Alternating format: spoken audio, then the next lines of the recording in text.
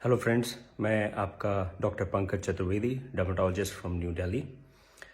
लेकिन आज मैं आपको स्किन के बारे में नहीं, कोविड-19 के बारे में कुछ बहुत ही इम्पॉर्टेंट इन्फॉर्मेशन दूंगा। जैसा कि आप जानते हैं कि कोविड की वजह से हज़ारों की तादाद में लोग प्रतिदिन मर रहे हैं।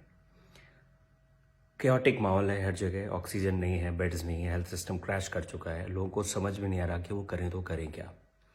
मैं आपको कुछ ऐसी इंपॉर्टेंट इन्फॉर्मेशन दूंगा जो किसी की लाइफ सेव करने में बहुत ही हेल्पफुल होगी। सबसे पहले ये समझिए कि ये बीमारी किस तरह की है। कोविड-19 एक नॉर्मल डिजीज़ नहीं है, ये बहुत ही वियर्ड डिजीज़ है जिसके 2 फेजेस होते हैं, फेज़ 1 एंड फेज़ 2। फेज़ 1 होता है पहले 6 दिन का, फेज़ 2 होता है दूसरे 6 दिन का। 12 दिन की डिजीज़ है, first 6 days and second 6 days.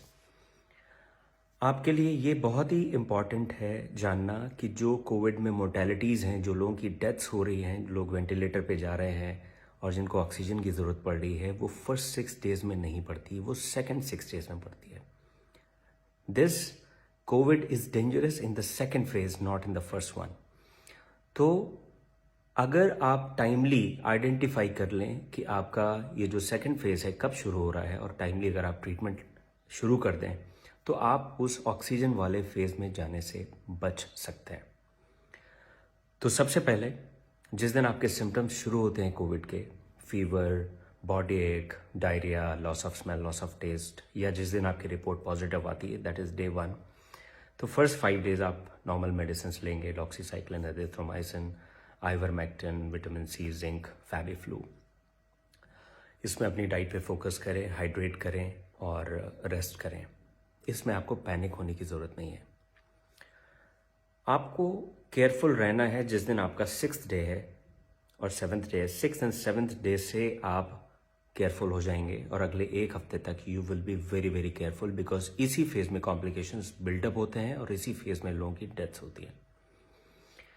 6th day आप एक CT स्कैन कराएंगे चेस्ट का और एक टेस्ट आप कराएंगे इन्फ्लेमेटरी मार्कर्स का, जिसमें CRP सबसे इंपॉर्टेंट है। कुछ और भी टेस्ट हैं जैसे डी डाइमर और इंटरल्यूकिन 6, अगर करा लें तो बेटर है, और कंप्लीट ब्लड काउंट। अब इनका रोल क्या है? इनका रोल ये है कि अगर 6ठे दिन आपका CT स्कैन माइल्ड है तो इसका मतलब ये है कि आपकी जो डिजीज़ है वो आपको ज़्यादा ट्रबल करने वाली नहीं है। अगर आपका CRP लेवल बहुत माइल्ड है, नॉर्मल है या रेज्ड ज़्यादा नहीं है, इसका मतलब ये कि आपकी बॉडी में जो इन्फ्लेमेशन बिल्डअप हो रहा है वो ज़्यादा नहीं बिल्डअप हुआ है और आपको पैनिक होने की ज़रूरत नहीं है। Of course you have to be careful, but panic mode में जाने की ज़रूरत नहीं है।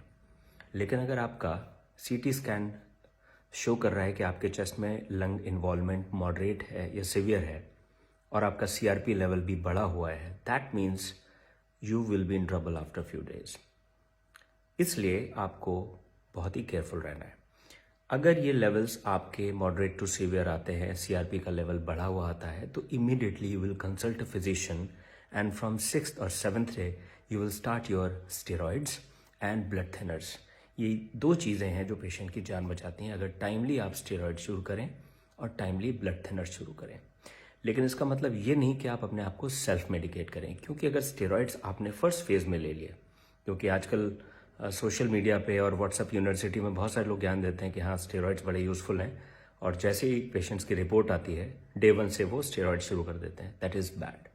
अगर आपने स्टेरॉइड्स फर्स्ट फेज में लिए, they will be dangerous for you, because उस वक्त वायरस रेप्लिकेट कर रहा होता है और उस वक्त अगर आप स्टेरॉइड्स ले लें फर्स्ट 5 to 6 डेज में, दे विल बी हार्मफुल। तो जो भी मेडिकेशंस लेने हैं वो अपने फिजिशियन और अपने डॉक्टर की एडवाइस पे ही लेने हैं। तो 6th और 7th day are very crucial. अगर टाइमली आपने ब्लड थिनर्स एंड स्टेरॉइड्स शुरू कर दिए, आपके प्रॉब्लम में आने के चांसेस काफ़ी हद तक कम हो जाएंगे। अब मेजर इशू क्या है? हमारा कॉमन टिपिकल इंडियन माइंडसेट कि जैसे ही हमारा 5वें दिन फीवर कम होता है हमें लगता है वी आर फाइन, हम ठीक हो गए। शुरुआत के 5 दिनों में हम हर 3 घंटे में अपना ऑक्सीजन लेवल चेक करते हैं, लेकिन 5th डे जब हमारा फीवर नॉर्मल हो जाता है, we throw away our oximeter, हमें ध्यान नहीं रहता कहाँ रखा हुआ है, and we forget to measure any kind of oxygen saturation, right? Of course fever comes down, 5th, 6th, 7th day कुछ नहीं होता, 8th डे भी कुछ नहीं होता, 9th day suddenly person starts feeling shortness of breath, weakness, कई लोग फेंट हो जाते हैं, कई लोग ब्लू पड़ने शुरू हो जाते हैं, क्योंकि that is the time when the oxygen dips suddenly. Covid में एक मेजर इशू है हैप्पी हाइपोक्सिया। दैट मीन्स जब तक ऑक्सीजन सैचुरेशन 80-85 तक नहीं चला जाता, पेशेंट को फील ही नहीं होता, वो नॉर्मल रहता है। He starts doing his daily routine activities, उसको लगता है मैं तो ठीक हूँ। और उसको उस वक्त अगर कोई बताता भी कि आप मेडिसिन ले लो, तो उसको लगता है कि अरे क्या बता रहा है मुझे, because I am perfectly fine, why should I take medical care, because I don't feel anything. But that is the time, if you check, lot of people, they have subclinical hypoxia. Their oxygen saturation is 90, 85, sometimes 80, but they're doing perfectly fine. But that is the time when we have to be very very careful and the person needs medicine, because उसके बाद का जो phase है जिसमें oxygen saturation और down जाता है, there is sudden deterioration of the patient. उसके बाद ऑक्सीजन की ज़रूरत पड़ती है, देन यू स्टार्ट पैनिकिंग कि ऑक्सीजन सिलेंडर मुझे चाहिए, मुझे ऑक्सीजन चाहिए। We know that we are having short supply of oxygen, oxygen demand बढ़ी है। Overnight we can't produce 20 times 50 times more oxygen. No country can. So after 6th day you will check your oxygen saturation every 2 hours. हर 2 घंटे पे आप अपना oxygen saturation check करेंगे। कैसे check करेंगे? Right hand, या अगर आप लेफ्ट हैंडेड पर्सन है तो आपका लेफ्ट हैंड, उसकी मिडिल फिंगर, और वो भी तब जब ये मूव ना कर रही हो। तो इसको आप स्टेबल पोजीशन में रखेंगे, ऑक्सीमीटर लगाएंगे और कोशिश करेंगे कि इसमें कोई मूवमेंट ना हो। उस वक्त आप अपना ऑक्सीजन सैचुरेशन चेक करेंगे। उसके बाद आप वॉकिंग पोजीशन में भी अपना सैचुरेशन चेक करेंगे, जिसको बोलते हैं 6 minutes वॉक टेस्ट। आप ऑक्सीमीटर लगाएंगे, 6 minutes के लिए वॉक करेंगे और उसके बाद देखेंगे कि आपका ऑक्सीजन सैचुरेशन कितना है। इट शुड नॉट फॉल 5% और मोर देन दैट। अगर आपका ऑक्सीजन सैचुरेशन वॉक करने के बाद 5% डाउन जा रहा है, that means your lungs are affected and you have to be extremely careful and seek medical attention. अगर आपका बैठे हुए ऑक्सीजन सैचुरेशन 90 आ रहा है, लेकिन आप वॉक कर रहे हैं, उसके बाद वो 85 हो जाता है, that means your lungs are affected. तो इस चीज़ का भी आपको बहुत ध्यान रखना है। So we have to avoid that situation. हमें उस कंडीशन में पहुंचना ही नहीं कि हमें ऑक्सीजन की जरूरत पड़े, बिकॉज जब आप उस स्टेज में पहुंच जाते हैं तो ऑलरेडी डैमेज हो चुका होता है। काफी हद तक रिकवर होने के चांसेस 50-50 होते हैं। आप बच भी सकते हैं, आप नहीं भी बच सकते हैं। तो आपको उस स्टेज में पहुंचना नहीं है। You have to prevent that situation and you can only prevent by identifying the timeline of covid and taking proper measures right from day 6 or day 7, right?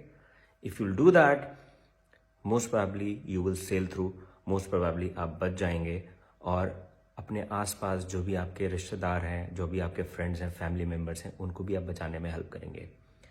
Friends, ये जो वक्त है, ये जो समय है, वो है एक दूसरे की हेल्प करने का। मैं एक डर्मेटोलॉजिस्ट हूँ, but still I am making this video so that I can make you aware. Most of the people who are suffering right now, they are suffering because they couldn't take timely measures, क्योंकि उनको पता नहीं था कि problem 6th-7th day से शुरू होती है। They thought that 4 or 5 days fever was there and after that they became perfectly fine. 5वें दिन फीवर चला गया, मैं तो ठीक हो गया। Because of this they don't know.